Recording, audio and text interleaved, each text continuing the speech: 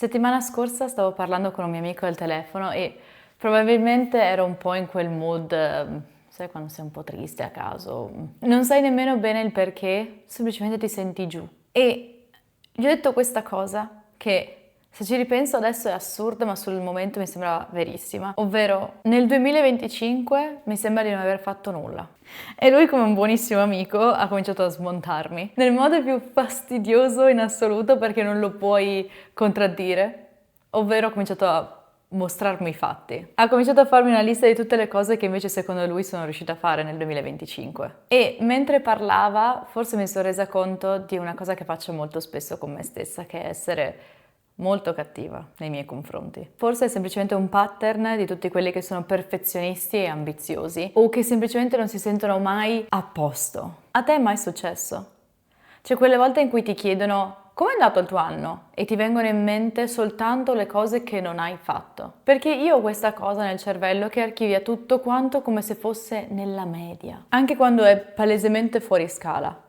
E quindi mi sento come se nel 2025 avessi corso, sì, perché ho questa sensazione di essere stanca, esausta e in burnout molte volte, ma sul posto, come se fossi su un tapis perché ho il fiato corto, ma mi sento ferma. E quindi mi sono chiesta perché?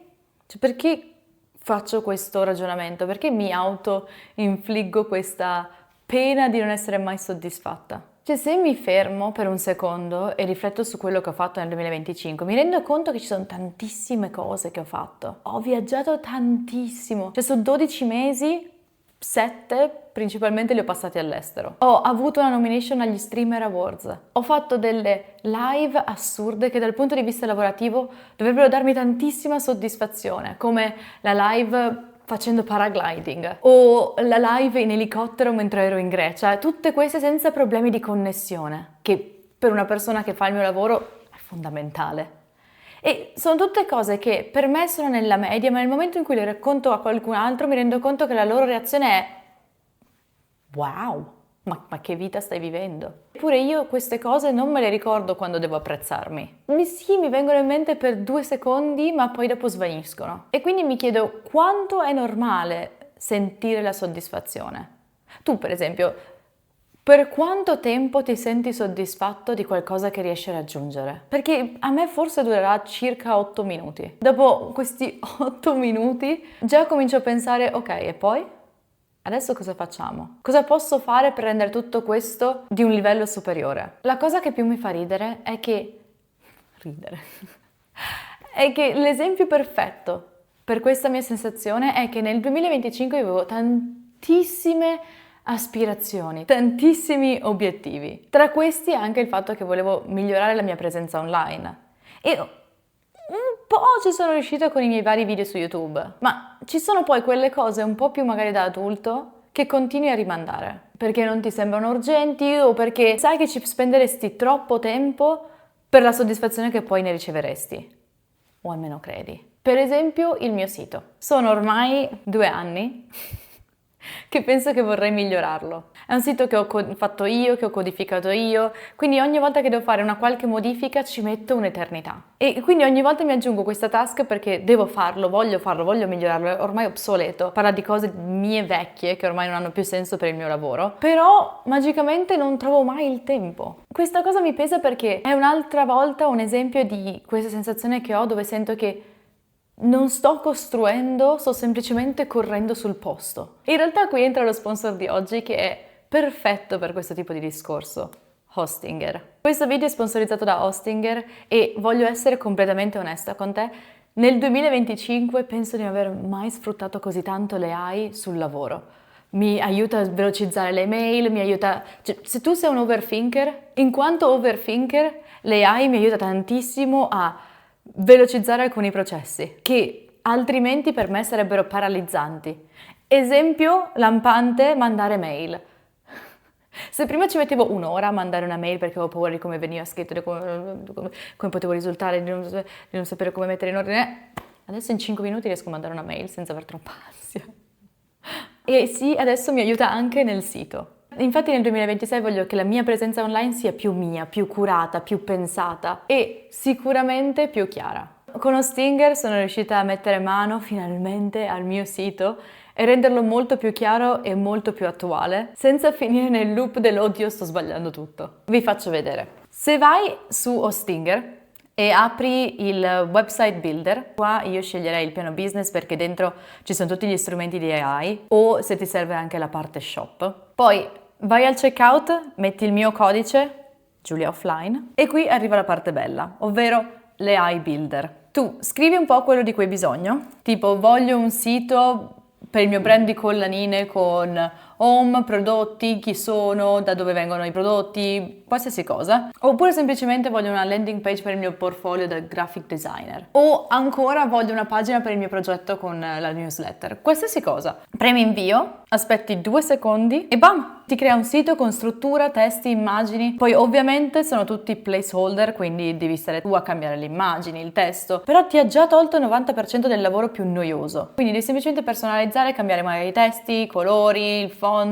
Ed è drag and drop, quindi trascini e tutto quanto si sistema come vorresti tu. Poi prendi un dominio, che è il nome del tuo progetto su internet, e ce lo colleghi direttamente. Cioè il fatto che tu possa avere la tua presenza online così chiara e così accessibile, per me è una svolta gigantesca. Ti lascio in descrizione il link e il mio codice. Questo video è un po' quindi il mio riepilogo del 2025, perché voglio rendermi conto di quello che ho fatto, voglio avere un punto fisso, così da poterlo riguardare anche l'anno prossimo. E magari alcune cose ti potranno essere utili anche a te. Il primo grande settore è il lavoro. All'inizio del 2025 ero ancora a Milano, nello stesso appartamento di 2 anni. Me lo ricordo come un po' buio, probabilmente era il clima di Milano. E avevo una testa completamente diversa. Ero emotivamente bloccata ed ero perennemente in modalità sopravvivenza. Cioè io speravo che i giorni passassero mentre ero a Milano. E poi ho deciso di mollare tutto, di lasciare il posto fisso e andarmene via. E ho deciso di lanciarmi di più sui miei contenuti, su un qualcosa che fosse completamente mio. E quella scelta ha sicuramente migliorato il mio lavoro attuale, perché adesso sta andando molto bene, molto bene. Sono molto soddisfatta. Ed è una cosa che molto spesso mi dimentico perché la vedo come qualcosa di normale. E non è normale lasciare il lavoro, non è normale iniziare a viaggiare per il mondo, non è normale registrare un video ogni volta da un punto diverso del mondo. In questo momento ho il collo bloccato, in questo momento sono a Ljubljana, in Slovenia. Ovvio sì, mi manca la stabilità. Questa forse è una cosa che ho sentito molto nel 2025. Mi manca la stabilità sia di essere ogni giorno nello stesso posto e avere una routine, sia la stabilità anche economica, perché ogni mese non so quanto porterò a casa. Ogni mese, se non lavoro, perdo soldi. E quindi un po' quella stabilità mi manca. Sì, ho 2-3 sponsor abbastanza costanti, ma non così tanto come vorrei io. Vorrei creare delle collaborazioni con brand a lunghissimo termine, col quale effettivamente fare progetti insieme. Non voglio assolutamente risultare ingrata, ma è più uno spiegare questa sensazione che ho del sentirmi in bilico. Ogni volta, anche quando le cose vanno bene, dentro la mia testa c'è sempre un "e se domani tutto esplodesse?" E sinceramente, a te è mai successo che ti sia successo qualcosa di bello e che tu sia riuscito a godertelo fino in fondo senza mai pensare come potrebbe finire? Perché io purtroppo faccio così e me ne rendo conto. Ed è come se non mi concedessi mai la calma. Una cosa però che è cambiata nel 2025, della quale sono abbastanza fiera, è che ho cominciato a delegare di più. Ho più collaboratori che lavorano con me e sto dando molta più libertà ai miei collaboratori, anche se vorrei poterne dare di più, ma c'è ancora quella parte di me che deve controllare quello che gli altri fanno per me, perché delegare mi mette un po' di ansia. Per tantissimo tempo ho chiamato indipendenza quella che invece magari era controllo, perché se faccio tutto io, tutto va come dico io. Nessuno sbaglia, nessuno mi delude, nessuno mi lascia con un problema in mano all'ultimo momento. Però poi il lavoro aumenta e non riesci a starci dietro e ti rendi conto che cominci ad essere tu a deludere te stesso, perché tutte le cose che volevi fare non riesci a farle, perché sono sempre più task, sono sempre più lavori e tu non ne hai neanche più il tempo e quindi sei costretto a delegare. E quindi nel 2025 ho imparato un po' forzatamente a farlo, ma un po' mi rendo conto del valore, mi rendo conto che più collaboratori avrò, più riuscirò a crescere. E anche se quando delego penso non lo faranno mai come vorrei fosse fatto esattamente come vorrei io. Poi mi sento anche ogni tanto in colpa, perché magari sto chiedendo troppo e quindi mi fermo perché ho paura di sembrare stronza.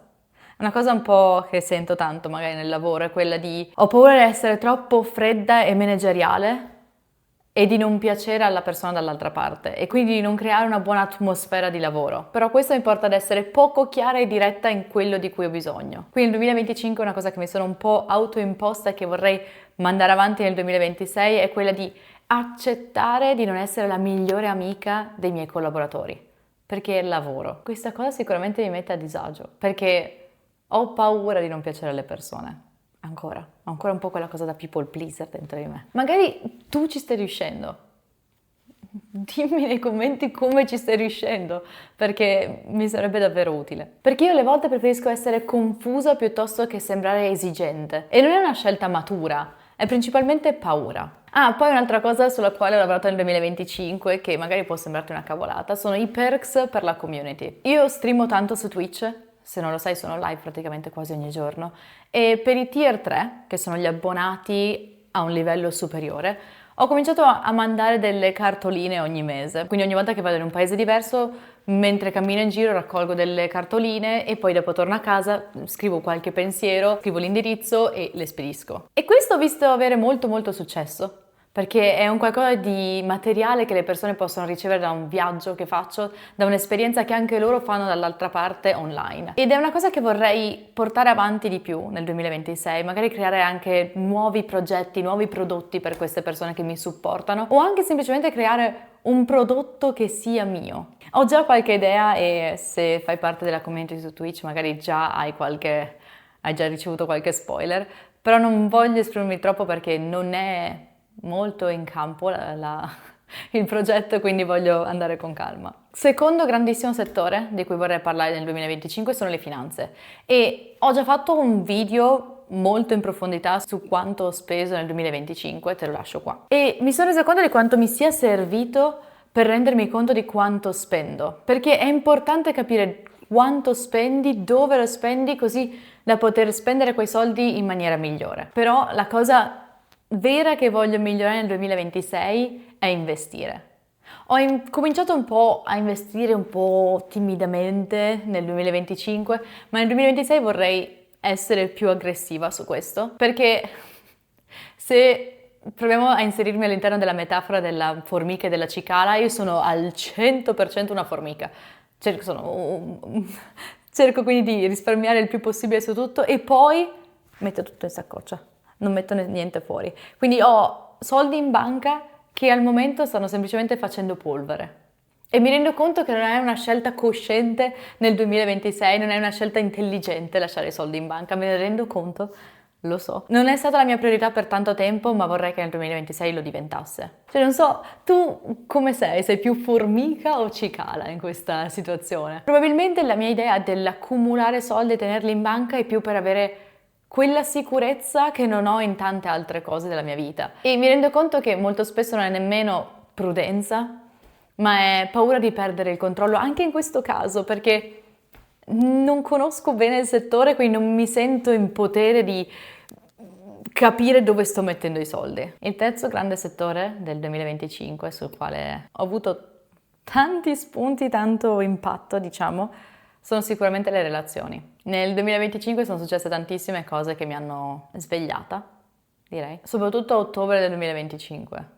Penso che ottobre sia stato uno dei mesi peggiori di tutta la mia vita. Sono successe tantissime cose una sopra l'altra e letteralmente pensavo di avere la nuvola nera di Fantozzi sopra perché ogni settimana succedeva qualcos'altro di impattante su un altro punto della mia vita, su un altro pilastro della mia vita. A ottobre del 2025 ho perso una mia amica di infanzia, per una cosa che ci aspettavamo, però non te lo aspetti mai fino in fondo. E questo è successo mentre ero via, mentre ero in Giappone, non sono riuscita a tornare in tempo per salutare, per nulla, per essere vicino anche solo alla mia famiglia. Poi c'è stata la situazione del Giappone, che se non sai cosa è successo forse è meglio così.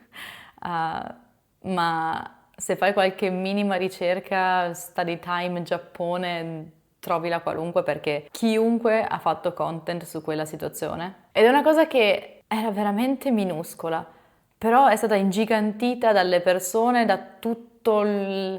ciò che ci stava attorno e ho scontato tutto quello che dovevo scontare, ho passato dei giorni molto intensi che mi hanno fatto riflettere tanto. Ad ottobre 2025 ho anche ricevuto una orribile delusione da qualcuno per cui ho lavorato in passato. Terribile delusione. Sono riuscita a risolvere con il tempo, più o meno si è risolta adesso, ma solo perché mi sono imposta e perché ho mantenuto un atteggiamento aggressivo anch'io. Non so dove io abbia trovato quella forza per affrontare anche questa problematica in maniera così a petto in fuori. Forse è stato proprio il mio modo per lasciare tutta la mia tensione, il mio nervosismo, l'ho ributtata su questa questione della quale non voglio e non penso di poter nemmeno parlare. Quindi mi sono dimenticata di dire anche che ho avuto un'operazione pure a ottobre, quindi provo a immaginare la situazione e il sentimento che stavo provando quando ogni settimana c'era qualcosa in più che si stava aggiungendo. E il fatto che mi sia dimenticata di un'operazione, la primissima operazione in vita mia, mai avuto punti, mai avuto nulla prima, ti fa capire quante cose ci fossero in quel periodo. E in quel mese mi sono sicuramente resa conto di una cosa che è abbastanza scontata ed è una delle cose di cui ti rendi conto quando passi dei mesi intensi e difficili, ovvero quanto sono importanti le persone intorno a te. Io, per come sono fatta, continuo a pensare: sono un'isola, sono indipendente, non ho bisogno di nessun altro, nessuno mi deve modificare le giornate, nessuno può influenzare il mio mood. Invece quel mese le persone che mi sono state attorno sono state veramente la mia forza. Mi hanno fatto venire voglia di stare a casa. Infatti tutto ottobre e gran parte di novembre l'ho passato a casa con i miei genitori perché avevo bisogno di calma. Avevo bisogno intanto in primis di stare vicino alla mia famiglia anche come supporto per loro, ma anche avevo bisogno di calma.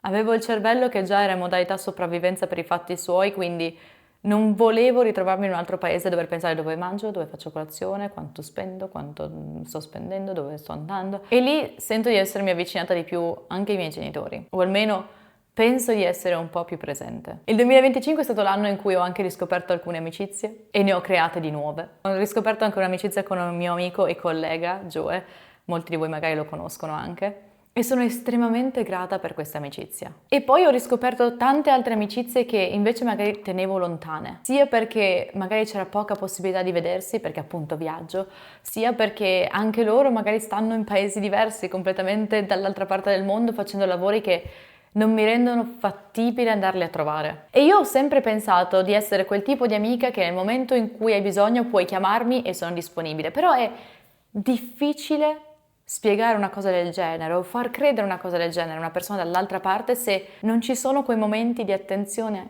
piccoli a caso durante l'anno. Quindi ho imparato ad essere un po' più presente durante le giornate casuali, mandare un ciao come stai o fare una foto a qualcosa e dire ti ho pensato, comunque essere un po' più presente nelle vite degli altri. E poi il quarto settore, ovvero l'identità, ovvero me stessa. Nel 2025 ho imparato, forse non imparato, ma ho iniziato a capire chi sono e ad accettarlo. Prima magari mi rendevo conto di com'ero, ma non volevo accettarlo. Quindi c'erano quelle parti di me che coprivo, camuffavo, perché mi rendevo conto o pensavo non fossero affabili, che non piacessero alle altre persone. Ora invece sto imparando a guardarmi in faccia di più, anche se ho tuttora un problema che è quello di riconoscere me stessa con i miei stessi occhi e non con gli occhi degli altri. Mi è facile ascoltare un'altra persona parlare di me e descrivermi, mi è molto più difficile descrivere me stessa. Ed è una cosa che sto lavorando con la psicologa, perché è una cosa abbastanza importante. E una cosa sulla quale voglio continuare a lavorare nel 2026 è rendere permanenti alcuni punti di me stessa. E nel 2024 e 2025 un po' avevo cominciato a farlo attraverso i tatuaggi. Ho 3 tatuaggi al momento, ho una tempesta, una scritta Let Them e una piadina. E sono tutte quante delle parti di me, che non sto qua a raccontarti il significato dei miei tatuaggi, ma sono tutte piccole parti di me che sento molto mie e che riesco tranquillamente a riconoscere perché stupidamente ce le ho qua. Non so, magari è una cosa stupida, magari mi basterebbe semplicemente avere un disegno o una frase o dei mantra che continuo a ripetermi, ma averceli qui, averceli esposti ogni tanto mi dice, ah, non dimenticarti, non dimenticarti. E quindi ne ho parlato già durante questo video, ma c'è questo ponte forte tra le varie cose che è la paura di non piacere. Sul lavoro ho paura di sembrare stronza e quindi faccio richieste poco chiare. Nelle relazioni ho paura di essere troppo e quindi evito di dire cose scomode. Però mi sono resa conto che molto spesso dire di no, dire quello che effettivamente penso, rende le connessioni molto più genuine. E quindi ho imparato che non devo piacere per forza alle persone. Alle volte devo essere semplicemente onesta ed è ok se se ne vanno. Non erano persone che volevo comunque nella mia vita. O forse semplicemente non devono far parte della mia vita. E quindi nella mia testa si è creata questa retorica del per piacere di più devo piacere di meno. Però, che magari probabilmente non è la cosa migliore da pensare, però l'obiettivo è giusto, essere più genuina ed onesta. E quindi sì, nel 2025 sono cambiate tantissime cose, eppure questa sensazione di essere rimasta ferma un po' ancora c'è, anche dopo questo video, anche dopo aver fatto tutte le ricerche per fare questo video, ancora mi sento insoddisfatta. E molto probabilmente dovuto al fatto che non la misuro in maniera corretta. Quindi come faccio a sentirmi di fare abbastanza senza fare troppo di più, senza sciuparmi troppo? Come misuro quello che sto facendo? Sulla base di cosa? Forse questo video non mi servirà per sentirmi soddisfatta, ma semplicemente per ricordarmi che fermarmi e guardare indietro non vuol dire tornare indietro. Significa recuperare magari un po' la percezione delle cose. Se sei curioso di quanto ho speso nel 2025 e di quanto non voglio più spendere nel 2026, ti lascio il video qui. Ciao!